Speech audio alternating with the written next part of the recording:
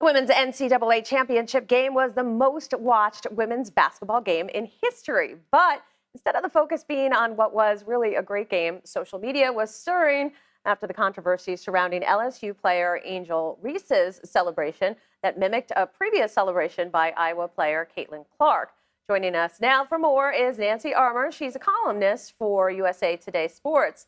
So does the talk around the celebrations by the two players take away from this really amazing game?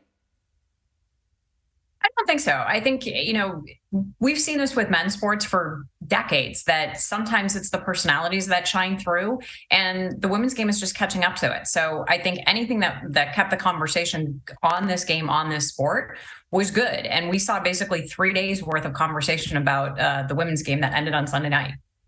But Nancy, your point is well taken, which is, that if this had happened in the men's game, or if it happens in any of the men's professional leagues, whether it's the NBA or the NFL or anywhere where players trash talk each other, everybody cheers that, right? Everybody likes to see their favorite player trash talking the opposing team. But I wonder if there was something different about the fact that these are women and we're just not used to seeing that.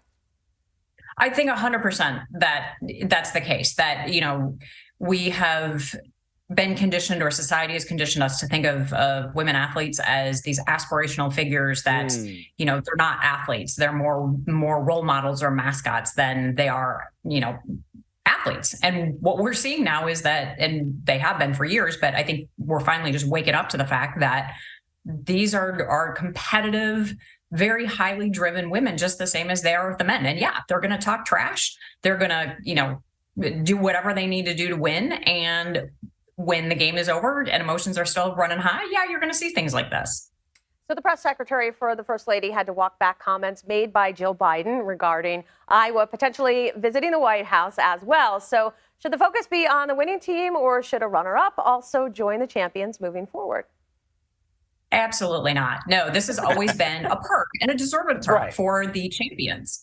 And to say that, the runners-up should go too because they played a good game, that's the equivalent of giving them a participation trophy or patting them on the head and saying, you played really well, or you tried really hard. No, this is an honor that is for the winners. And, Caitlin Clark and Lisa Bluter, the coach of Iowa, both agreed and said, no, this is LSU's moment and they deserve the spotlight to be completely on them.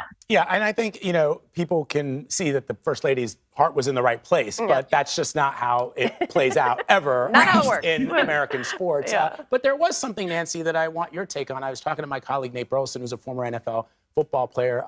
And, the notion that Caitlin Clark would have made a similar gesture to Angel Reese, but that when she made that gesture, she was seen as somebody who was, tough and, passionate is the word you often heard about the game. And when Angel Reese did it, the language from a lot of people who follow sports and who are sports commentators, which we are not, was very different in tone. Why do you think that is?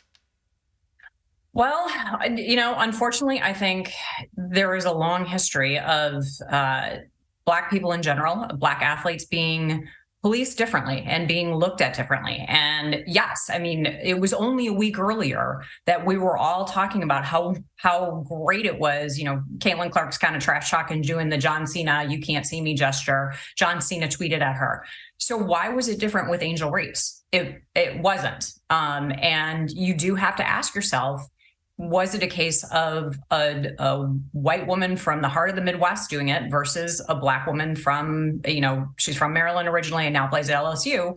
I think there's something to that. And that's something that we all need to examine ourselves. If you had a problem with Angel Reese, why? And if you had a problem with her, but you didn't have a problem with Caitlin Clark, you need to ask yourself why and really be honest with yourself about that answer. And how do you think the controversy is going to affect viewership going forward?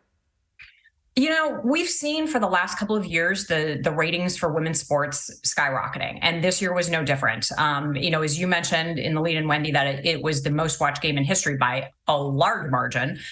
We've seen that throughout the season with women's basketball, with the tournament. I think people are waking up to the fact that, this is a great game and these are great athletes. They're colorful. They're personable. They've got great personalities, large personalities.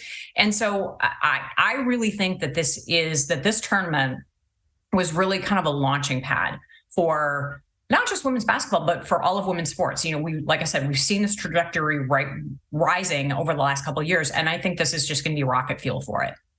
You're absolutely right. I got to say, the championship game for the women was more exciting than anything I saw throughout March Madness. It really was. And it was also telling that a lot of the people who were commenting on that final, probably that was the first women's basketball game they'd ever watched. I'm just speculating, but it just felt like there were a lot of fair weather fans all of a sudden.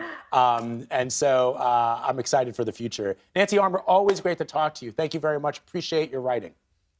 Thank you very much, Wendy and Vlad. Have a great weekend. You too.